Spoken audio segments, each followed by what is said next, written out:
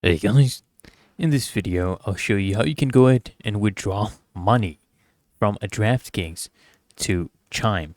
Really easy and simple, guys. All you need to do is that you need to go ahead and come here, click on your profile icon, okay?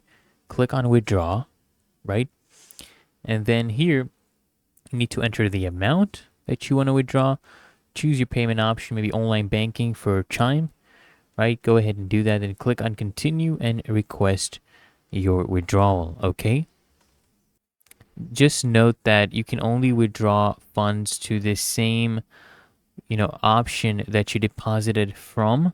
So if you did deposit funds into your account from Chime, then you can withdraw from there as well. So it's the same way on your desktop. Come here, click on withdraw, enter the amount, click on continue, choose your option here, choose online banking, right? And then go ahead and request your withdrawal. And it's really that easy and simple. So I hope this guide provided value to you, and if it did, consider smashing that like button, as well as subscribing to frequently asked questions, and I'll see you guys in the next one.